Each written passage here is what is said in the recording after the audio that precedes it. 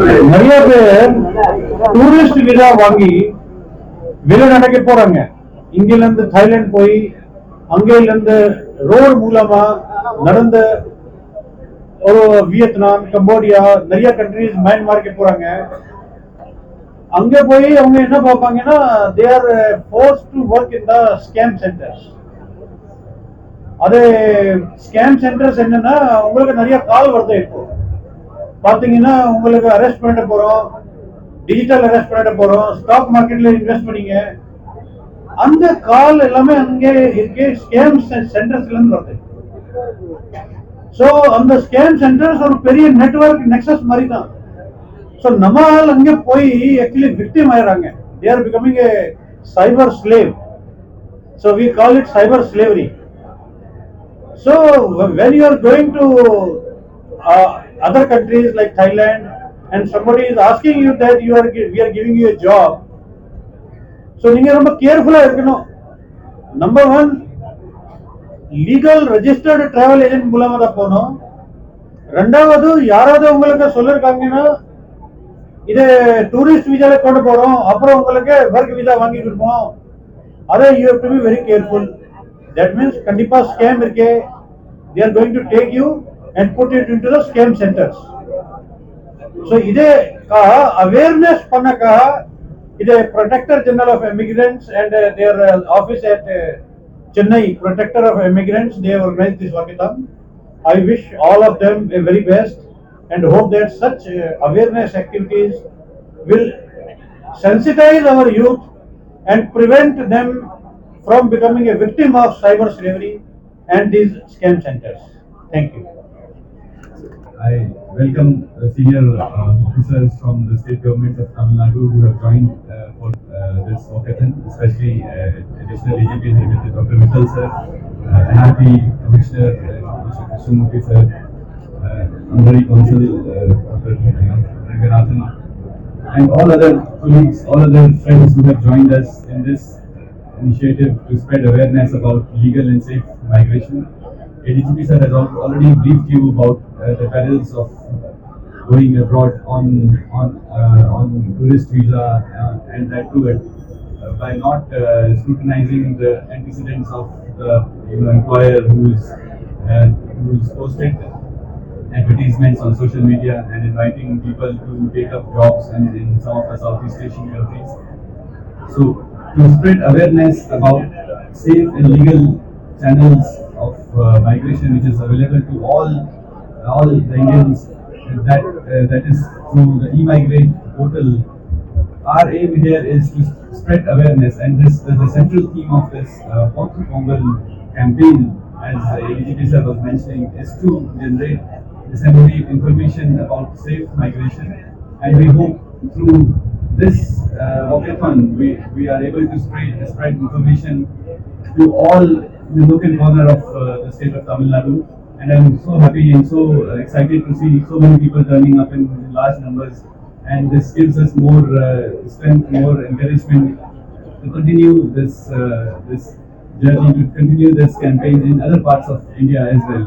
I'm so happy that we are able to kickstart this campaign from Tamil Nadu, and I look forward to having more interactions with you as we walk along. Thank you very much. அயலக தமிழர் நலத்துறையினுடைய ஆணையாளர் இருக்கேன், NRB டிபார்ட்மெண்ட்டுடைய commissioner இருக்கேன். இந்த வெளியுறவுத்துறையின் மூலியமாக வெளிநாடு வேலை செல்வர்களுக்கு அந்த ஒரு பதிவு பெற்ற முகவர்கள் மூலியமா தான் செல்லணும் அப்படிங்கிற ஒரு அந்த விழிப்புணர்வுக்காக இன்றைய தினம் இந்த வாக்கத்தான் நிகழ்ச்சியை அரேஞ்ச் பண்ணியிருக்காங்க. நம்ம தமிழக அரசு பொறுத்தளவுல என்ஆர்டி டிபார்ட்மெண்ட்ல இருந்து இதற்காக பல்வேறு நடவடிக்கைகள் நம்ம பிஓஇ பிஜியோட சேர்ந்து மற்ற துறைகளோட சேர்ந்து நடவடிக்கைகள் எடுத்துட்டு இருக்கோம்.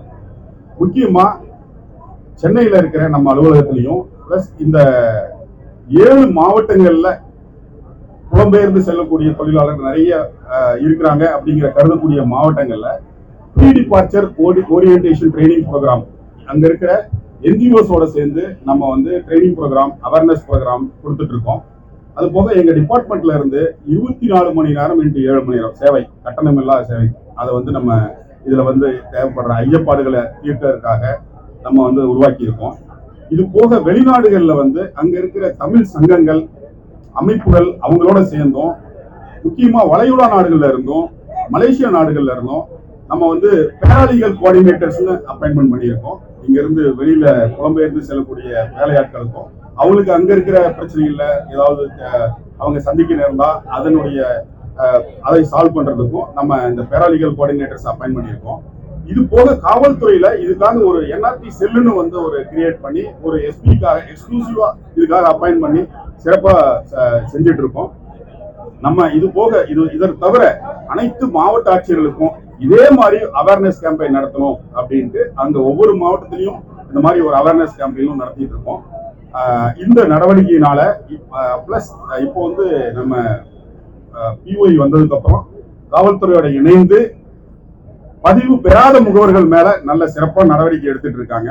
ஸோ அதனால இதனுடைய அந்த நம்பர்ஸ் வந்து தீவிரம் வந்து ரொம்ப குறைஞ்சிட்டு இருக்கு.